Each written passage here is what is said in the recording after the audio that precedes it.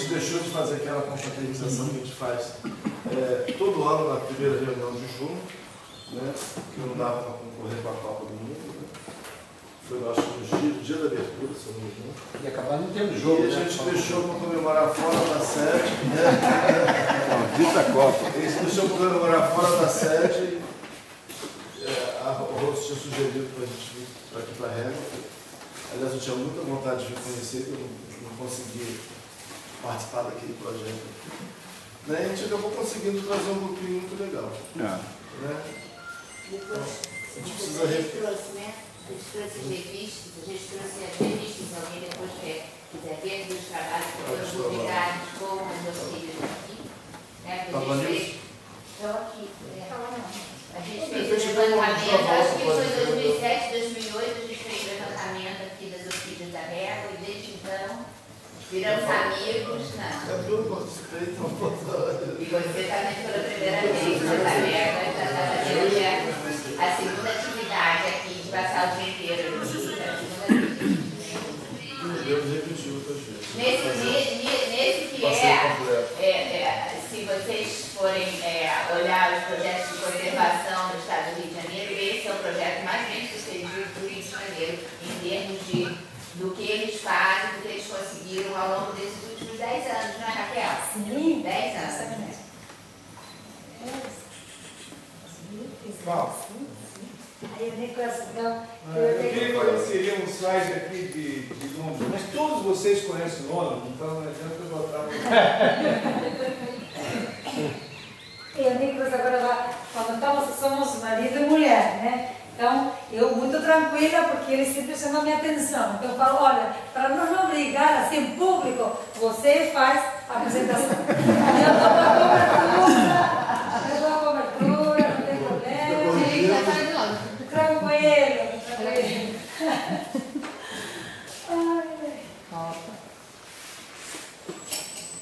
Bom, então tá, bem-vindo para vocês. Eu sou o Nicolas, como eu me apresentei antes de chegar, o presidente desse ONG. E o que esse inglês maluco está fazendo em Cachoeiro Macacu?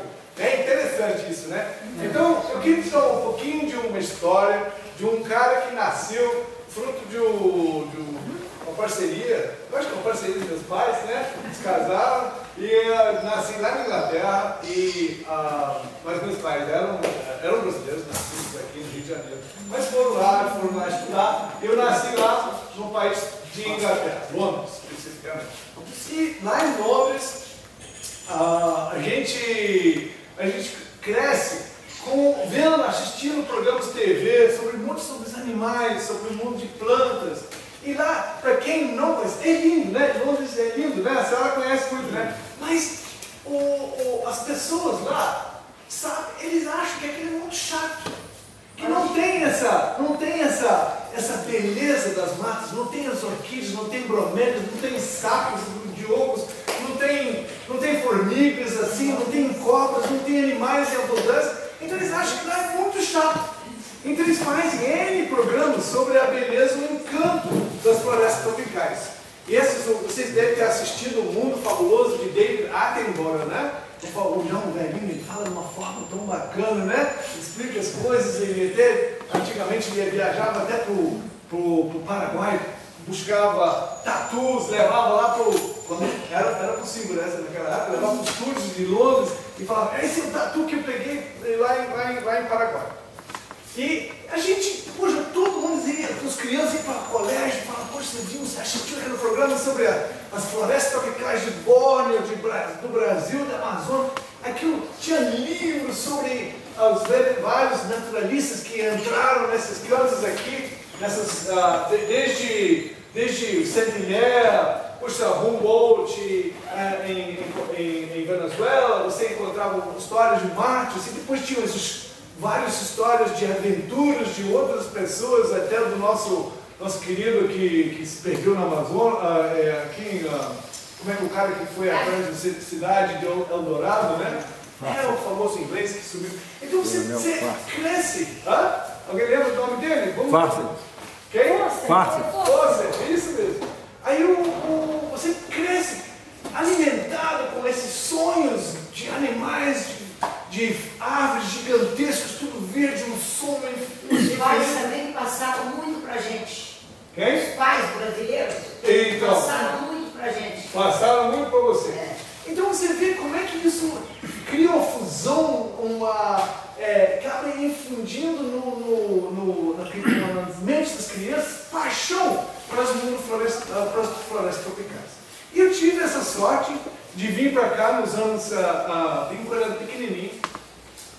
Meus pais, eles se formaram, regressaram de Inglaterra, onde estavam estudando. Em 64, ficaram uns 3 anos e viram que não deu certo para eles, que todas as qualificações eram inglesas, então não eram reconhecidos aqui. Então voltaram para a Inglaterra. Eu tinha esses 3 anos, quando eu era moleque, ia para a escola inglesa, na Real Grandeza, me formei muitos amigos lá, e me lembro indo para o sítio do meu avô, que nessa época eu não vinha para a fazenda do meu bisavô, eu vinha para a fazenda do meu avô, um holandês, que ele comprou um sítio lá nos anos 30, ele era o gerente do Banco Holandês, para quem conhece, lembra do Banco Holandês, no Rio de Janeiro, lembra? Então, ele era o gerente lá, ele comprou esse sítio, se aposentou lá. Como era o nome do seu avô? Meu avô era La Fontaine. Ele que era o gerente? Ele era o diretor. A minha tia trabalhou no Banco Holandês, eu conhecia gente de lá. Tinha um holandês que... Pô, muito bem. Isso, então falando dele, saiu do banco nos anos 50. 50, exatamente. Então nos anos 60 já estava aposentado e ele cuidava desse sítio, pegava mudas lá no Rio de Janeiro, levava e plantava lá no sítio dele e ele começou a fazer uma floresta. E eu vi, muitos dos fins de semana, a gente saía do Rio de Janeiro na sexta-feira, subia a serra. Era aquela época que você subia a serra para Petrópolis, você descia lá naquele União Indústria, era chato pra caramba, mas o ônibus Salutares, aquele ônibus antigo, Mercedes, levava a gente lá e a gente voltava. Desculpe se eu passo conversando essas coisas, né, Rô? Eu sei que vocês estão doidos para sair lá para ver as orquídeas, mas esse aqui é bem legal. A história, eu gosto de história. Tudo tem que ter uma história. Com certeza. Olha, parabéns para o senhor. Pode querer fazer o resto do banco? Aí pra cá, então, poxa, infundiu em mim um anseio, um conhecimento, gostei do calor do Brasil e voltei para o frio de Inglaterra, jogando rugby, tentando jogar futebol como os ingleses, tentam jogar, não conseguem até hoje, né, jogar futebol.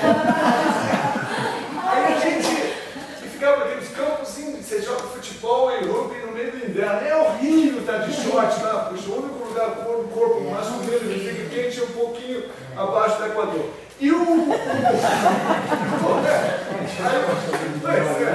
então a gente ficava naquilo lá e aí minha mente, puxa, voltava para os dias de calor, aquele clima tropical do Brasil, puxa, eu pensava, um dia eu volto para lá. E justamente, a gente na escola, Inglaterra é muito legal para as coisas culturais, né? Mas coisas culturais, você imersa também naquilo, é muito interessante. Os livros fantásticos, biblioteca, livros com acessibilidade para livros fantásticos, televisão de alto padrão cultural e exposição de arte, então eu gostava. Fui para esse box, eu não fiz muito em escola, muito boa, não tive uma ótima educação e me interessava nessas coisas. E quando fiz minhas provas no final, né, equivalente ao Enem, eu obviamente não fiz uma boa prova e o papai falou para mim, vem cá, você não está indo muito bem na escola, então olha, você com 19 anos você tem que fazer uma escolha. Ou você vai trabalhar ou você vai continuar estudando. Eu falei, olha,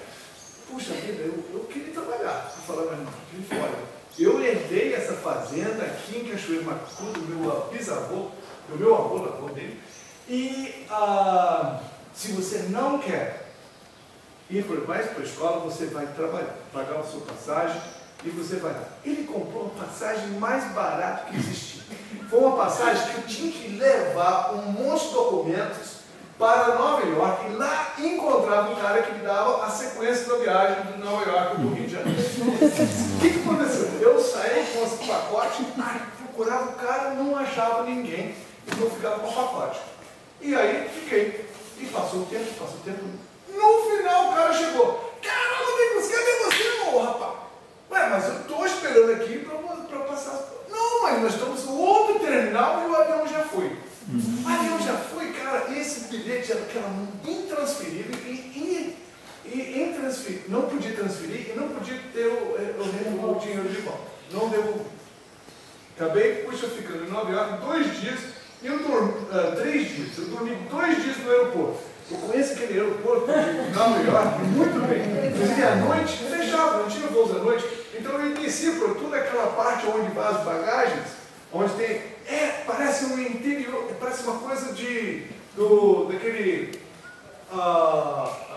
Tem um aventureiro do Harrison Ford, né, que ele entra todos esses trolleys e tudo mais. É uma coisa fantástica. Bom, aí, em todos os casos, eu cheguei no Brasil, me apaixonei por esse lugar, vim trabalhar com meu tio, que era irmão dele, tinha uma fazenda aqui, e vim trabalhar, adorei, me achei, aí depois eu resolvi, então, escrevi, voltar para estudar. Na Inglaterra fiz um curso técnico, né, agricultura, e voltei aqui mais rápido que eu pude. E eu estou aqui desde 82, então está fazendo já 30 e poucos anos, adoro aqui, felizmente eu tive grande dificuldade em achar uma mulher que gostasse desse aqui. Essa foi, na realidade, foi muito difícil. Coitado. Gente que tem muitas. As mulheres brasileiras são muito bonitas, né? Bom, para os homens, eles são muito bonitos. Aí você encontrava com uma menina local e você fala: puxa, o que você gosta? Vamos fazer algum programa? Vamos lá para a cachoeira? A cachoeira? Não, vamos lá para o banco. Ela respondia: vamos lá para o banco, lá no banco da praça, tomar um sorvete. Não, essa não é. Vamos lá para a cachoeira. Não. Então, eu não sei. Então, fui para a cidade local, o vilarejo local. Lá tinha umas meninas também muito bonitas. Falava com ela: puxa, vamos fazer um programa esse fim de semana? Vamos lá para a cachoeira, andar na cachoeira? Não, vamos lá para a cidade, lá tem um fashion mall. Não, essa eu já fiz, eu quero fazer isso. Então eu falei: então eu vou procurar na cidade. Aí na cidade grande do Rio de Janeiro, eu achava os meninos também loucos, lindos. Falei: puxa, vamos fazer um programa? Vamos? E aí, vamos lá para aquela cachoeira, lá na fazenda, para caminhar. Aí elas falaram para mim: mas você vem da onde? Eu vim de Londres. Vou para Londres! Não, lá eu já vi, eu morei para bem assim mesmo. A minha prima trouxe uma beleza da Argentina. Encontrei com essa moça, eu falei: olha, essa moça tem que ficar no Brasil. Você quer fazer um programa? Vamos fazer um programa esse fim de semana? Aí ela falou: vamos? Aí eu falei: vamos lá para aquela cachoeira? Ela falou: só se foi agora. E depois de 27 anos, muito bem casado. Você vê que encontramos, né? Os Santos foram muito benevolentes com a gente. Bom, a vida nossa era fazenda. E nós começamos nossa vida aqui. A vida de campo, eu comecei a ter o síndrome de Robinson Crusoe. É um síndrome que você é muito afastado, muito ligado. A nossa família é uma família que já veio para cá no final do século XIX e enraizaram, tem alguns primos, mas é uma família relativamente pequena. E eu gosto de tudo isso aqui que raramente vou no Rio. Eu canso de chamar a gente para jantar, para a gente fazer um programa. Nós não temos apartamento, apesar que tem um legado da família, que tem um apartamento e tudo mais, mas a gente não vai para o Rio. Eu visitava minha avó quando ela nasceu, quando ela morava no Rio. E nossa vida é mais ou menos aqui. Mas você construir uma família em Cachoeiro do Macacu, no interiorzão mesmo, como a gente fala, em São Paulo, é difícil. Você é muito afastado de todas as coisas que você, na realidade, tem gratuitamente na cidade. Escolas, edifícios, saúde não tanto, mas formar um grupo de amigos é difícil. Então, nós acabamos vivendo aqui, criando nossa família aqui. Mas a fazenda, a parte da fazenda cresceu muito bem. Deu para comprar a fazenda, nós conseguimos fazer uma boa vida, bom padrão. A gente, toma ainda queijo de vinhos, né, Raquel? Sim. Aqui a gente conseguia lançar um tal do DVD, tinha o fita cassete que você conseguia assistir filme de tudo quanto é lugar. Hoje tem uma internet, na realidade, você tem rádio do mundo inteiro. Culturalmente você é abastecido. E você pode comprar livros online da Amazon agora, entrega no caixa postal, muito bom. Mas a parte social fica sempre um pouquinho a desejar. E esse veio por sorte, veio um amigo em 96, a gente já tinha nossa fazenda, etc. Meu tio, infelizmente, já tinha falecido, então uma parte da fazenda estava à venda ainda, e veio em 96 um cara louco, um cara que gostava muito de aves. Eu falei, rapaz, você deve estar viajando, gostando de aves?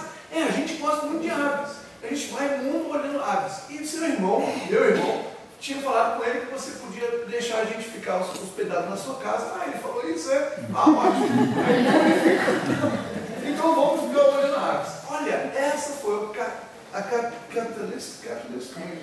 catalisador, um fator catalisador que na realidade nós começamos a ver a natureza com outros olhos. E eles ficaram imersidos nessas florestas aqui durante o período de 2 semanas e começaram a ver o número de aves que tem aqui. Ele saiu infestado de carrapato, mas ele feliz da vida. Ele nunca tinha visto tantas aves, tanto carrapato também. E assim ele falou, olha, Nicolas, o que você está fazendo para proteger essa floresta? Eu falei, na realidade a gente não está fazendo muita coisa não. Porque a gente não gosta que ninguém caça, a gente não quer derrubar nada das árvores, mas proativamente a gente não está fazendo nada. A única coisa que a gente está fazendo é, na realidade, com a filosofia de utilizar melhor as partes planas, mecanizado, envolver gente trabalhando, mas deixando os encostos em floresta. A gente falou, olha, esse já é um bom início. Por que então nós não fazemos uma reserva? Reserva? Reserva é poupança, não? Não, reserva natural. Existe esse tal de reserva natural. Mas, então, isso é parque. É um parque, mas parque particular. Não é parque. Parque é obrigação do governo. Ele falou, mas você acha que o governo faz isso muito bem? Não estou dizendo isso, né? A gente conversava muito, né? Uma cerveja e gostava muito de cachaça. Descobriram cachaça, caramba! E aí descobriram eu antigo e tudo, né? Mas aí eu comecei, você pode criar uma reserva particular seu. Trata isso como se fosse seu próprio parque. É mesmo? Eu virei para ele. Ele falou, é mesmo, Nicolas. Então falamos, e aí, onde a gente consegue, como é que a gente consegue? Ele falou, olha, eu vou fazer o seguinte, eu vou levar essa proposta lá para a Inglaterra, lá todo mundo entende disso. Aqui parece que ninguém entende disso. Eu falei, realmente, nos anos 90 ainda, tudo bem, tinha Mata Atlântica, tinha sido protegido, tinha várias leis, ele falou, mas, as pessoas ainda não entendiam muito bem o que era a conservação. Falei, então, vamos levar essa proposta para a Inglaterra, vou escrever um plano maneiro e você vai tentando falar com os parceiros, atores aqui, quem interessa isso, para proteger essas áreas de encosta, porque na realidade são belíssimas. E as populações de aves e carrapatos indicavam. Bom, então tá, vamos levar. Aí ele foi lá na Inglaterra, onde ele trabalhava, desligou do ele tinha um parque, estava trabalhando num parque, era responsável por um parque lá, e ele começou a escrever cartas para quem trabalhava na área de conservação do mundo. Não é só os grandes, né, o Conservation International, o World Wildlife Fund e todas essas outras, mas pessoas que estavam envolvidas. Ele escreveu 500 cartas, tudo na mão. Naquela época eu acho que tinha começado. Mas a mão. Escreveu à mão, 500 cartas, mandou com selo, etc., mandou pelo correio. Sabe quantas respostas ele teve? Teve uma pessoa que respondeu e falou, olha, vocês têm micos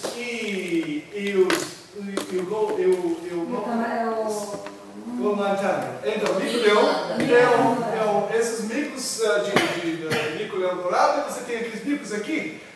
Aí, a gente não sabe, eu nunca tinha visto. Não, temos macacos e tudo mais, sabe? A gente enganar o inglês, vamos fazer que sim. Aí nós falamos que sim, e ele falou que ele interessava, então, participar de estabelecer essa reserva. Então foi dito, e ele devagarzinho começou a dar um pouquinho de dinheiro aqui, um pouquinho de lá. Nós tínhamos de repente uma doação anônima no valor de 1.000 libras, que era muito dinheiro nessa época, e ele falou, olha, eu acho que isso do rei de Inglaterra, o príncipe Philip. Eu falei, é mesmo? Ele é anônimo, mas é o melhor amigo desse cara. Eu falei, ótimo, vamos embora. Então, devagarzinho, nós costuramos um ONG lá na Inglaterra, chama-se o Charity, e que é uma instituição, uma organização que tem um valor jurídico e é composto de um conselho. E eles, por outro lado, tinham esse projeto, motivaram a gente a criar um ONG aqui, que na realidade trabalhava com os vários parceiros que tinham os proprietários, que trabalhavam aqui, então a gente tinha uma conexão. E isso, a Régua, nós inventamos o nome Reserva Ecológica Iguapiaçu Régua, foi até eu, muito obrigado. E eles inventaram outro nome que é muito engraçado, o BART, o Brazilian Atlantic Rainforest Trust. Parece gigante, tem tudo na Mata Atlântica, só tem esse projeto aqui. Então nós começamos. E depois tinha um grande personagem que está envolvido na literatura botânica, ele é um grande botânico, Ian Prats. Se alguém trabalha na área de botânica, no jardim botânico, vai ver que ele trabalhou em Amazonas, ele gosta muito da família Lecidaceae, que dos sapucaias, jiquitibás, ele descobriu 2 ou 3 espécies, ficou conhecido na mata brenhada, na mata da Amazônia durante muitos anos, trabalhando com Nova York, o Jardim Botânico de Nova York, com parcerias, ele descobriu muitas espécies que você pode olhar no livro Resine, né? Resine não, Harry Lorenzi, você vai ver muitos nomes, Prats, é ele. E ele entrou como nosso presidente, puxa o título lá, e aí começou, porque ele já conhecia muito o Brasil, falava português, gostava muito da proposta, entrou nisso, e ele foi também trabalhando com outros conselheiros para justamente fazer isso. Bom, aí nós tínhamos, então, uma instituição na Inglaterra organizada e uma instituição no Brasil organizada, que era essa da Régua. E aí, como é que a gente vai trabalhar? Bom, aí esse amigo inglês veio para cá, Raquel e eu, nós estávamos trabalhando com fazenda e outras coisas, e a proposta, o projeto dele, a gente aceitamos ser o presidente e vice-presidente, mal sabemos que seu CPF fica lá atrelado, qualquer erro que dá, você na realidade vai ter que responder pelo processo, né? Mas, em muitos casos, nós queríamos alavancar esse projeto. E assim, nós fizemos, estabelecemos em 2001, e logo em 2002, 2003, veio 2 pessoas que são os maiores filântropos no mundo natural. Nós não conhecíamos. E ele veio ver, a partir de uma apresentação de aves na Inglaterra, ele se interessou muito e ele resolveu vir ver. Quando ele veio aqui, os 2, eles ficaram de novo encantados com o que eles viram. E na realidade eles resolveram adquirir essa propriedade que estava à venda da família e o outro comprou outra propriedade para justamente dar uma base para essa organização. E nós então tínhamos uma organização com um pouquinho de terra e com a proposta na realidade, nossa proposta foi consolidar a conservação dessa bacia. Da bacia, por que eu menciono bacia?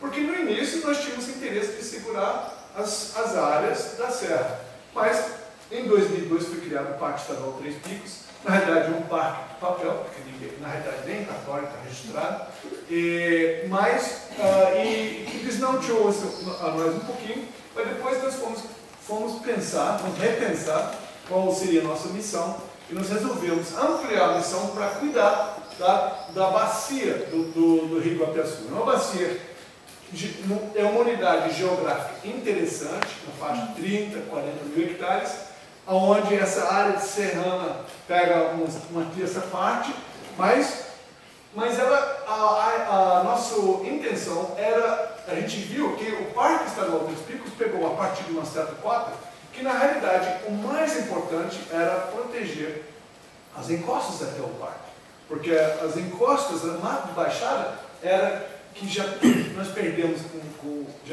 durante esses anos. Então nós tínhamos uma organização, nós já tínhamos uma terra e a gente tinha uma missão clara, nós conseguimos buscar uma parceria com o governo que tinha estabelecido esse parque e na verdade, mãos à obra, vamos trabalhar. Então eu vou contar para você, através de alguns slides, o que é esse percurso que nós estrelamos durante os últimos 13, 14 anos. esse projeto não é só Nicolas e Raquel. Na realidade, eu queria muito falar e enfatizar isso. Na realidade, é um projeto que você consegue ter sucesso com parcerias.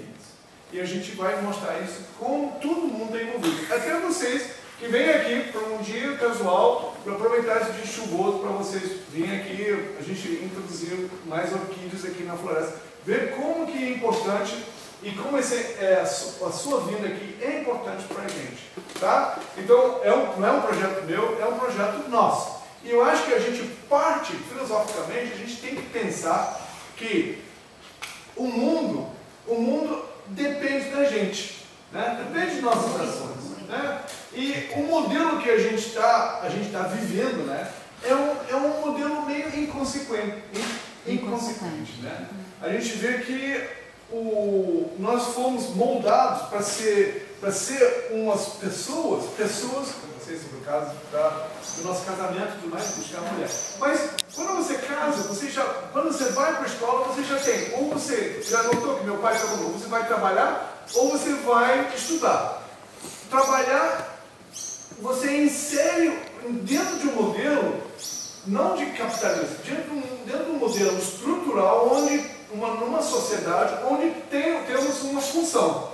E essa função, na realidade, a gente começa a perceber que a gente tem metas, objetivos, e tem comportamento dentro desse modelo. E então vamos ficando dentro dessa sociedade estruturada, com metas e objetivos. E a gente tem que ter uma base para dar nosso suporte. Essa base geralmente faz com que você preocupe em trabalho, em segurança, em infraestrutura, saúde, estradas, tem que ter corpo de bombeiros, você tem que ter escola, você tem que ter convivência com o ser humano. Pois é, tudo isso. Quando você começa, aí você vai listando todas as coisas que a gente precisa. Lá no final, o que mais te contenta? A gente precisa pensar no meio ambiente. O meio ambiente está no final da lista, porque ela não é a primeira coisa que a gente preocupa. Na realidade, é a última coisa. Desde que nós estamos bem, a gente vai pensar no meio ambiente. Então, o que eu gostaria muito, eu ontem estava dando essa mesma palestra com pessoas americanas que vieram aqui, é que a gente tem que tirar aquela do meio ambiente, na realidade, e colocá-la mais em cima. Afinal das contas, se nós vivemos muito bem, nós moramos nos nossos castelos, nossas casas, nossos lares, tudo perfeito. Mas se o meio ambiente é um deserto lá fora, pouco adianta o nosso esforço como sociedade, né? Então, esse projeto obviamente, ela pensa na administração de uma Vale, ela pensa como um recurso, ela pensa no dia da manhã e ela pensa na inclusão social para buscar cuidados dessa nossa meio ambiente, que é o nosso patrimônio. Aqui, quando as pessoas vêm aqui, olha, o que você tem aqui de bom? O que você está preservando? A gente depara com uma pergunta bastante básica, né? Mas nosso maior legado dessa Vale é realmente o patrimônio natural, né? Então, ela deveria ser acima de tudo para a gente tentar proteger isso. Afinal de contas, claro que a gente precisa nossa sociedade, a gente precisa estar bem, a gente precisa estar bem estruturado, mas a gente não podemos deixar de sempre pensar no meio ambiente. Bom, eu já falei o suficiente, mas então agora eu vou rapidinho por esses slides que vocês já conhecem, né, muito bem. Por que o município de Cachoeiras é importante? Alta biodiversidade, muitas plantas e animais.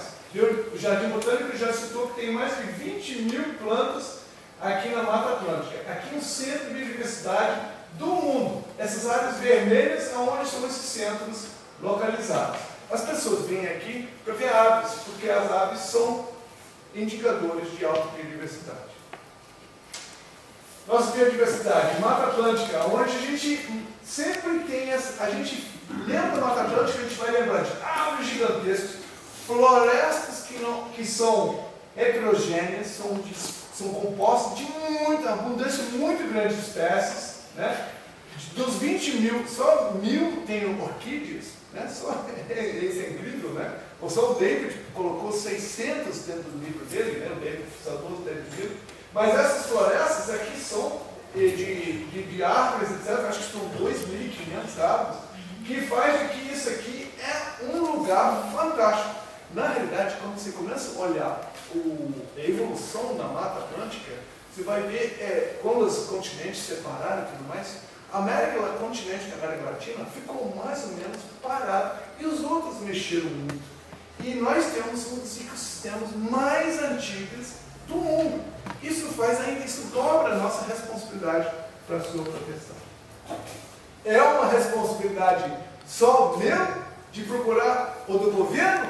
É nossa. Se nós somos cidadãos do mundo, é nossa preocupação, nossa preocupação isso aqui. A conversão, que é logo aqui, a conversão de Mata Atlântica densa que você da floresta anterior, esse aqui para esse aqui. Acontece nos nossos olhos. As pessoas, nós tínhamos um alemão que estava muito feliz, por sinal, por causa do Palco Mundial. Estava vindo de Bahia e falou: olha, fiquei impressionado, não tem mais floresta tropical.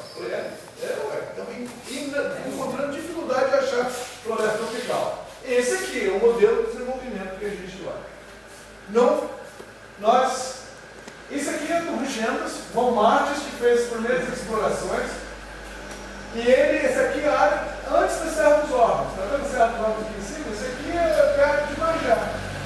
Olha como é que eram as linhas de curso jantar dos primeiros exploradores. Olha como é que era a floresta naquela época. A mata foi mudando, isso é de Minas, né, para mudar para café. Aqui também, nessa região, meu bisavô comprou essa propriedade em 1907, teve sorte de tirar fotos naquela época. Você vê que o rio era navegável, como eram todos os rios do interior, para acessar. E você viu o Atessur, aqui era um convento dos carmelitas. Meu bisavô, a gente tem relatos de 1807, que foi visitado por um geólogo inglês, e naquela época ficou hospedado nessa casa dos carmelitas. Tinha uma capela dentro da casa, mas a casa não existe mais. Mas aí meu bisavô comprou em 1907 e começou a trabalhar com o pessoal e desenvolver, ele começou a cortar as encostas para a formação de pastos, e fez, naquela época era farinha de mandioca, cana de cachaça e cana. Aqui naquela época, a gente lembra que a abolição de escravidão foi a Lei Áurea foi em 1888, e afetou muito essa região norte do estado do Rio de Janeiro. Tinha pouca mão de obra e tinha que pagar. E os fazendeiros naquela época não tinham condições de pagar, porque o preço não compensava. Então, poxa, muita gente estava descendo o rio, né?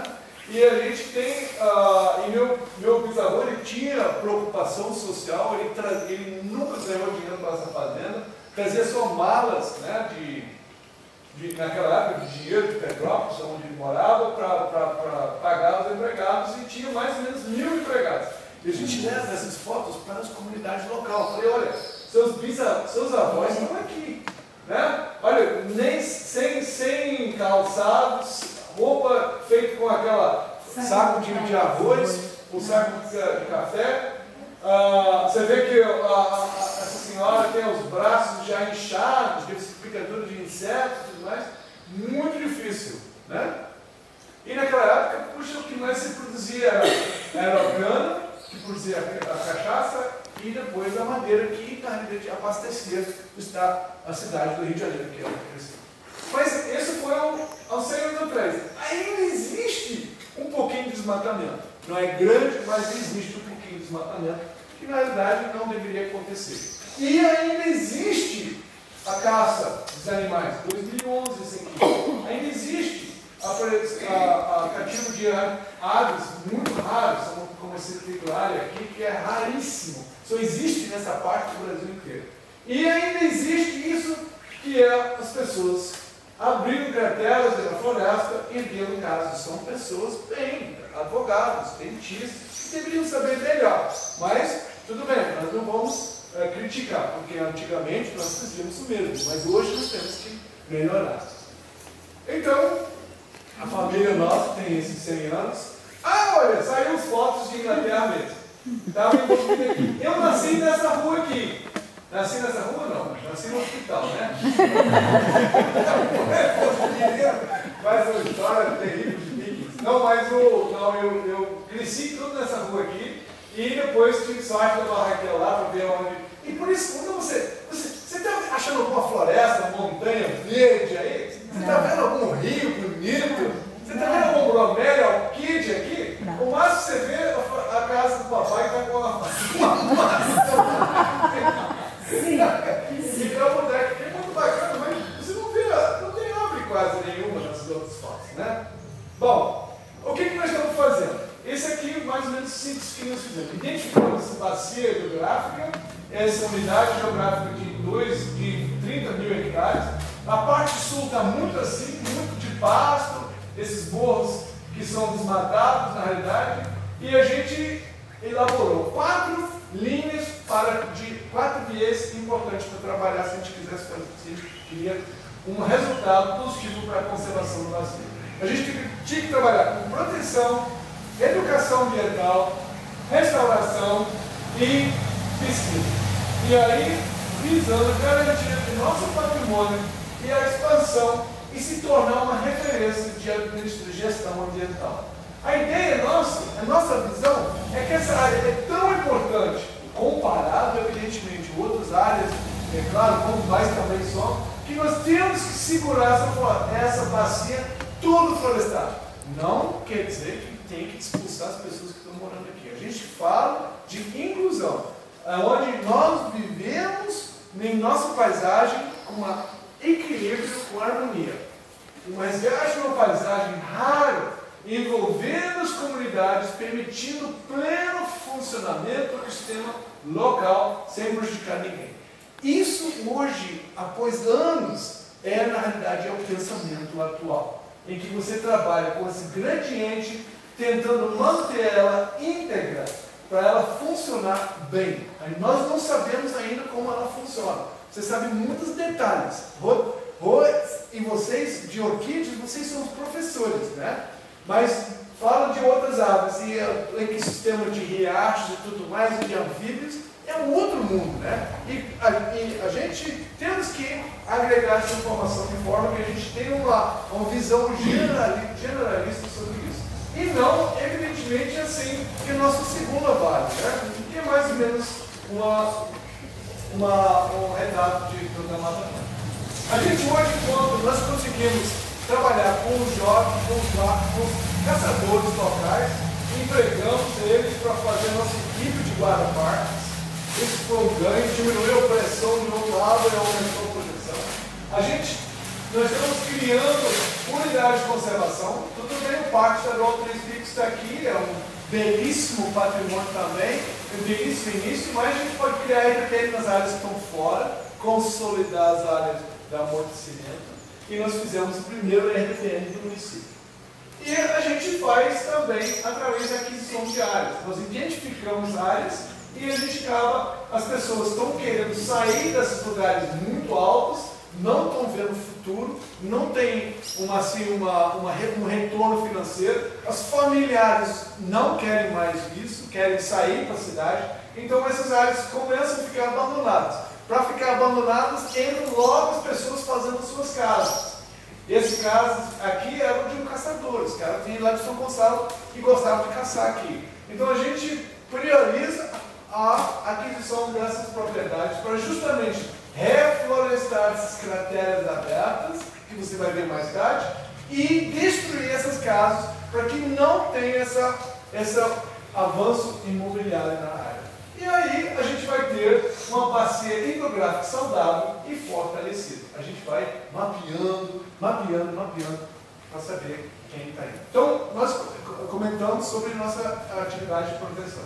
A área de educação ambiental é fantástica. Raquel começou isso com a Eleonora, muitos anos atrás, que a Eleonora hoje está na Holanda, mas a ideia foi oferecer um lugar onde as crianças locais podiam aprender um pouco sobre a mata. Não adianta ela ter só em volta, ela é muito subjetiva. Era entender um pouco da beleza dela, falar sobre alguns aspectos dela, e aí as crianças são fáceis de comover e, na realidade, levar essa mensagem para dentro dos seus lares.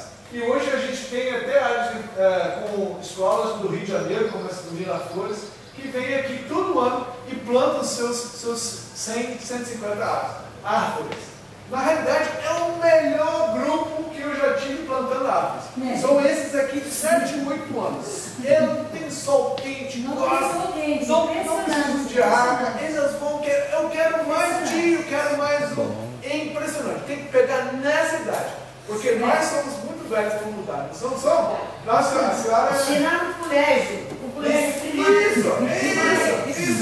Eu aprendi no colégio primário quando havia a primavera, plantava-se uma árvore no quintal do colégio primário.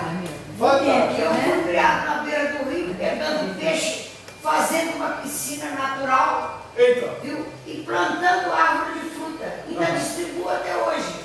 3.000 e tantas mudas já distribuí. De árvore de fruta. Sim. Isso é um exemplo. E a gente tem que continuar nessa leva. A gente tem o Rich, você vai ver, ele tem um... Esse cara é muito engraçado. Um voluntário. É um voluntário. Ele anda com o Charlie Chaplin, mas não ele consegue deficiência física e impede que ele anda normalmente, mas ele não pensa que ele está fazendo só igual o Charlie Chaplin. E ele organizou, ele é apaixonado, igual vocês estão apaixonados por orquídeas, ele é apaixonado por insetos. Então ele organiza, ele busca material, ele anda com uma camisa que está cheia de insetos.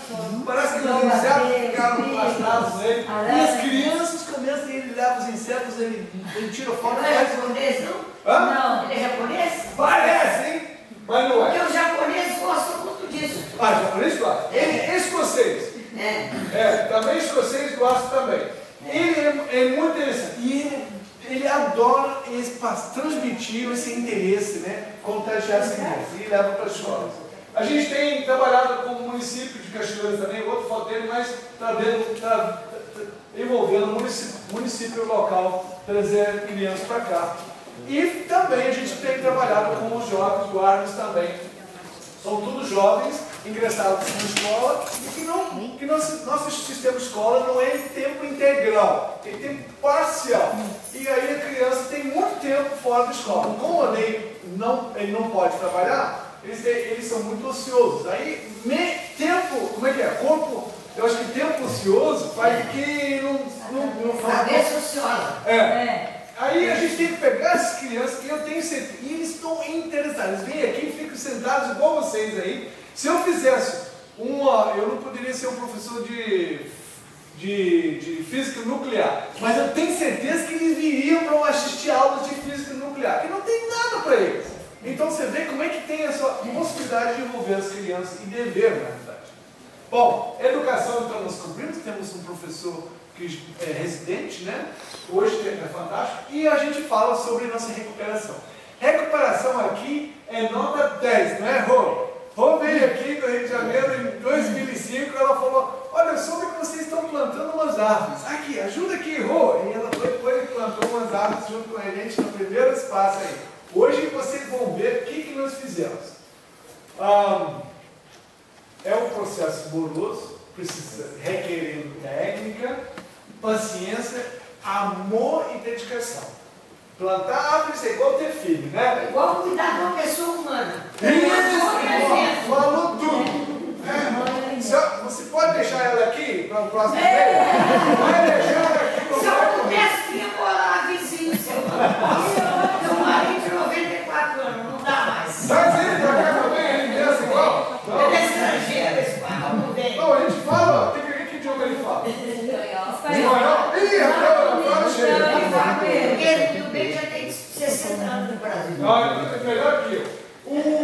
Então, desde colher de sementes, a eliminação do grande. Então, a gente faz o processo tudo, desde colher de sementes, separação, classificação, depois planta sementes, nós tínhamos o viveiro de Necapena, aí depois parte mais difícil. Ir lá no morro, cavar os buracos, cuidadosamente plantar, transferir as plantas e depois cuidar com os tacos tutores.